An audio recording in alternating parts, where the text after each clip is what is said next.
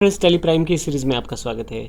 इस सेशन में भी हम जनरल एंट्री को ही कंटिन्यू कर रहे हैं, लेकिन इस सेशन में बात करेंगे आउटस्टैंडिंग एक्सपेंसेस की और प्रीपेड एक्सपेंसेस की। हालांकि प्रीपेड एक्सपेंसेस को हम अगले सेशन में भी कंटिन्यू करेंगे, लेकिन इस सेशन में हम मुख्यतः आउटस्टैंडिंग एक्सपेंसेस की बात करेंगे।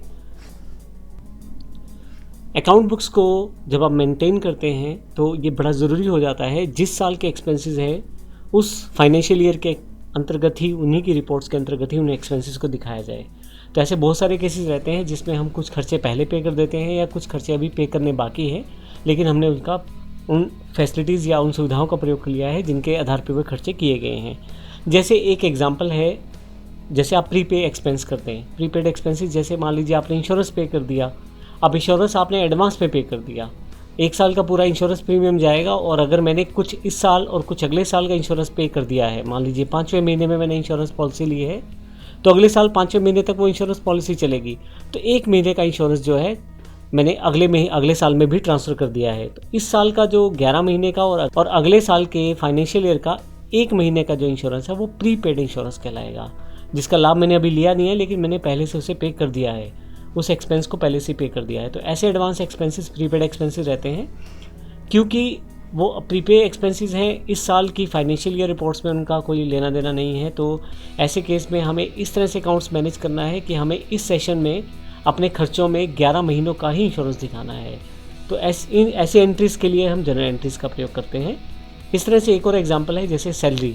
हम जो सैलरी देते हैं, मान लीजिए अप्रैल में किसी एम्प्लॉय ने काम किया है तो उसकी सैलरी मई में दी जाएगी, मई की जून में, जून की जुलाई में, इस तरह से चलते चलते मान लीजिए हमारा 31 मार्च 2022 आ चुका है, और अब जो मार्च की सैलरी है हम उसे अगले साल में देने वाले हैं, परंतु है वो इसी साल का खर्च। तो 31 मार्च 2022 तक जितनी भी सैलरी इस साल की बनती है वो हमें इसी साल के खातों में दिखानी है। ऐसे एक्सपेंसेस को हम आउटस्टैंडिंग एक्सपेंसेस कहते हैं, जिनका लाभ तो हमने ले लिया है लेकिन अभी वो खर्च किया नहीं है। तो ऐसे केस में 10,000 रुपये जो मार्च 2022 की सैलरी रहेगी वो भी हमें इसी साल के खातों में दिखानी है आउटस्टैंडिंग एक्सपेंसेस के रूप में। हालांकि उसकी पेमेंट अगले साल होगी, यानी कि अगले फाइनेंशियल ईयर में उसकी पेमेंट होगी, जो कि 1 अप्रैल 2022 में हम लोग जो पे करेंगे उसमें हम उस 10,000 रुपये को सेटल करेंगे। तो ये देखते हैं इन एंट्रीज को किस प्रकार से कर सकते हैं। हमने यहाँ अकाउंट्स को समझाने के लिए 2 तरह की एंट्रीज नीचे दिखा रखी हैं। सबसे पहले 31/3/2022 को जो एंट्री है, जो आउटस्टैंडिंग सैलरी है मार्च 2022 की 10,000 रुपये, वो ड्यू है। अब हमें इस फाइनेंशियल ईयर में उस सैलरी के अंतर्गत हमें दिखाना है। इस साल का खर्चा तो उतना ही रहेगा, तो हमें वो इस साल की सैलरी के अंतर्गत उसको शामिल करना ज़रूरी है। तो हम उसको शामिल करेंगे आउटस्टैंडिंग सैलरी से प्रयोग करते हुए जनरल वाउचर की एडजस्टमेंट एंट्री के साथ। परंतु हमने एक्चुअल में तो पे किया है उसको अगले साल, तो ऐसे केस में एक पेड जो एंट्री रहेगी वो अगले साल की शुरुआत में भी डाली जाएगी, जिसको हम पेमेंट वाउचर के साथ करना सीखेंगे। तो ये देखते हैं इस प्रकार की एंट्री को किस प्रकार से हम टेली प्राइम के अंतर्गत कर सकते हैं। सबसे पहले मैं बता दूं आपको कि जो सैलरी है वो 31 मार्च 2022 तक जो पे की गई है वो 11 महीनों की पे की गई है। तो वो सैलरी हमारे पास पहले से प्रॉफिट एंड लॉस में इनडायरेक्ट एक्सपेंसेस में शामिल है। अगर आप देखेंगे 10,000 रुपये के हिसाब से 11 महीनों की जो सैलरी है वो 1,10,000 रुपये हमने पे कर रखी है। लेकिन अब क्योंकि इस फाइनेंशियल ईयर की जो सैलरी है वो 31 मार्च 2022 के तक मुझे पूरी क्लियर करनी है, यानी कि जो मार्च की सैलरी है वो भी इसी साल के खर्चों में शामिल होनी चाहिए। तो ऐसे केस में, क्योंकि वो इसी साल का खर्चा है, ऐसे केस में मैं उसे आउटस्टैंडिंग सैलरी के साथ दिखाऊंगा। तो इसके लिए हम एक अकाउंट और क्रिएट करेंगे आउटस्टैंडिंग सैलरी के नाम से। ये हमारी जो है एक तरह से, तो सबसे पहले हमें यहाँ पे आउटस्टैंडिंग सैलरी के नाम से एक अकाउंट क्रिएट करना है, यानी कि एक लेजर क्रिएट करनी है। और ये जो हमारी लेजर है ये करंट लाइबिलिटीज़ के अंतर्गत आएगी, क्योंकि हमारी आउटस्टैंडिंग सैलरी है, हमने अभी पे नहीं किया है, अगले साल पे करना है, लेकिन सैलरी देनी है और इस साल के खर्चों में उसे शामिल करना है। तो मैं यहाँ इसे बना देता हूँ और फाइनली यहाँ से एंटर करते हुए इस लेजर को क्रिएट कर लेता हूँ। एस्केप करके बाहर आ जाता हूँ।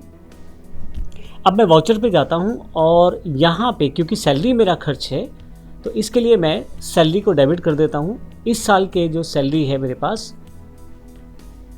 अब क्योंकि सैलरी मेरा एक्सपेंसिव है तो मैंने उसे डेबिट कर दिया है। कितने से डेबिट करना है? 10,000 रुपये से। और क्रेडिट किससे करना है? क्रेडिट हमें करना है आउटस्टैंडिंग सैलरी से, क्योंकि ये हमारी एक लायबिलिटी है, अभी हमने पे नहीं किया है। तो इसके लिए यहाँ से मैं आउटस्टैंडिंग सैलरी का लेजर चूज़ कर लेता हूँ और 10,000 रुपये यहाँ पे एंटर कर देता हूँ। तो मैं यहाँ एंटर करते हुए, एक्सेप्ट करते हुए यहाँ से यस कर देता हूँ। अब अगर आप यहाँ से प्रॉफिट एंड लॉस पे आ जाए और इनडायरेक्ट एक्सपेंसेस पे आ जाएंगे तो आप देखेंगे यहाँ पे जो सैलरी है वो 1,20,000 रुपये है टोटल। अगर मैं इसको एंटर करूँगा तो आपको आइडिया होगा, यहाँ पे आप देखेंगे कि यहाँ पे टोटल 1,20,000 रुपये का क्लोजिंग बैलेंस यहाँ दिखाया गया है। अब अगर मैं इसको बैलेंस शीट में देखूँ जाके तो हमारे पास ये करंट लाइबिलिटीज़ के अंतर्गत आउटस्टैंडिंग सैलरी खड़ी हुई है 10,000 रुपये, यानी कि हमने ये पे करनी है। हालांकि हमारे खर्चों में, इस साल के खर्चों में शामिल हो गई है, लेकिन एक्चुअल में हमने इसे पे नहीं किया है। तो इस तरह से हम अपने इस साल के फाइनेंशियल ईयर में शामिल कर लेते हैं खर्चों को, लेकिन पेमेंट नहीं किया है, तो हमारी एक लाइबिलिटी के रूप में, आउटस्टैंडिंग सैलरी के रूप में हमारे पास ये हमारे अकाउंट्स में खड़ी भी हुई है, यानी कि हमें इसकी पेमेंट करनी है। अब फाइनली इस साल में तो एंट्री ये हो गई। अब मान लीजिए मुझे अगले साल इसे पे करना है, तो उसके लिए क्या करना है? सबसे पहले आप गेटवे ऑफ टैली से ही Alt F2 अगर प्रेस कर दें तो यहाँ से आप पूरा का पूरा पीरियड चेंज कर सकते हैं। तो यहाँ से जो मेरा नेक्स्ट फाइनेंशियल ईयर होगा वो 1/4/2022 से लेके 31/3/2023 तक होगा। मैं जस्ट एज्यूम कर रहा हूँ, इसको एंटर करता हूँ यहाँ से।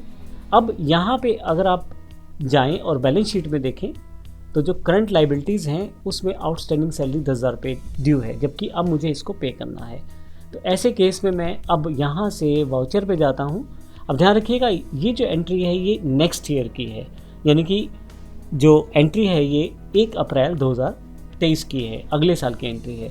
तो मैं पेमेंट करना है तो मैं पेमेंट वाउचर पे चला जाता हूँ और यहाँ पे तो यहाँ F2 से मैं इसका डेट चेंज कर देता हूँ, जो कि 1/4/2022 है, क्योंकि ये मुझे अगले साल में इस एंट्री को रिफ्लेक्ट करना है। एंटर कर देता हूँ। तो अब यहाँ से मुझे उस आउटस्टैंडिंग बैलेंस को क्लियर करना है। तो आउटस्टैंडिंग जो बैलेंस मेरे पास खड़ा है आउटस्टैंडिंग सैलरी का, उसका मैं आउटस्टैंडिंग सैलरी अकाउंट सेलेक्ट कर लूँगा और डेबिट है 10,000 रुपये से, और क्योंकि मैंने पे किया है इसको कैश के साथ या बैंक के साथ, जिससे भी आपने पे किया है वो आप एंट्री यहाँ से कर सकते हैं। एंट्री करें डेबिट, तो यहाँ पे अगर आप देखेंगे तो 10,000 रुपये यहाँ पे हो जाएगा। और आउटस्टैंडिंग एक्सपेंसेस जो है वो, आउटस्टैंडिंग सैलरी जो है हमारी वो 0 दिखा रही है। ये जो वाउचर है इसका आप मोड चेंज कर सकते हैं और इसको आप सिंगल एंट्री में भी कर सकते हैं, तो इस तरह से कुछ दिखाई देगा। फाइनली मैं इसको एंटर करते हुए नीचे आता हूँ और यस कर लेता हूँ। निरीक्षण करते हुए एक्सेप्ट कर लेता हूँ। वापस जाएंगे अब यहाँ से, अगर हम बैलेंस शीट में चले जाएँ और यहाँ करंट लाइबिलिटी में देखें सन्ड्री क्रेडिटर्स में, तो यहाँ पे अब आपके पास आउटस्टैंडिंग सैलरी नहीं है। लेकिन अगर आप यहाँ प्रॉफिट एंड लॉस में चले जाएँ, इनडायरेक्ट एक्सपेंसेस में चले जाएँ, तो यहाँ पे भी आपके पास सैलरी अकाउंट का कोई लेना देना नहीं है, क्योंकि ये अगले साल के अकाउंट्स है, तो अभी इनकी एंट्रीज नहीं है। तो अल्टीमेटली इस सेशन में आपने आते ही उस आउटस्टैंडिंग के एक्सपेंसेस को आपने पे करके क्लियर कर दिया है। तो इस तरह से आपने पिछला जो बैलेंस है उसको क्लियर किया है। तो ये एंट्रीज हम लोग आउटस्टैंडिंग जो हमारे एक्सपेंसेस रहते हैं उनको क्लियर करने के लिए प्रयोग करते हैं टैली में। अगला जो सेशन है वो प्रीपेड एक्सपेंसेस के साथ है। उसमें हम देखेंगे किस प्रकार से प्रीपेड एक्सपेंसेस को जनरल एंट्रीज के साथ एडजस्ट कर सकते हैं। धन्यवाद।